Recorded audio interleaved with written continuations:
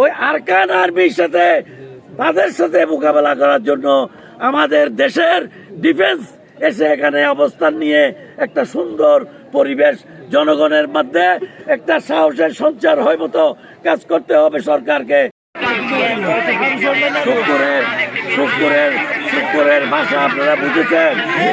শুক্রের ভাষা এই যে এখানে তার সিনার মধ্যে রক্ত দপদপ করতেছে, এই অবস্থায়ও আমি আর 3 দিনের সময় দিলাম প্রশাসনকে, যাতে এখানে এই যে স্থানীয় জনগণের দাবি, এখানে বিভিন্ন ধরনের রোহিঙ্গাদের যে গ্রুপ, একটা অপ্রশিক্ষিত গ্রুপ যাগুলি করতে মানুষ উত্তপ্ত হয়েছে, একটা অ্যাক্সিডেন্ট হয়েছে বিজিবির এগারিও রাষ্ট্রের এই দেশের মালিকও তোমরা, এটা আমরা বিবেচনা করবো উপরে গিয়ে।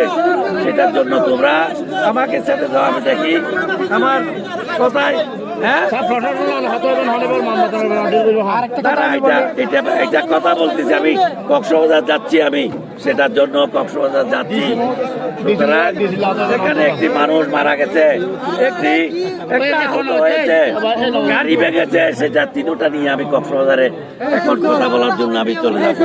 কিন্তু তোমরা একটু শান্ত হতে পারবে কিনা বলো, শান্ত হবে কিনা বলো, আন্দোলনে বলো শান্ত হবে কিনা। আমরা 3 দিন পরে আবার আসবো তো, আগামীকালকে ওয়াইকজংয়ের ওখানে আগামীকালকে আমরা ওয়াইকজং বাজারের ওখানে ওই আরকান আর্মির সাথে তাদের সাথে মোকাবেলা করার জন্য আমাদের দেশের ডিফেন্স এসে এখানে অবস্থান নিয়ে একটা সুন্দর পরিবেশ জনগণের মধ্যে একটা সাহসের সঞ্চার হয় মতো কাজ করতে হবে সরকারকে।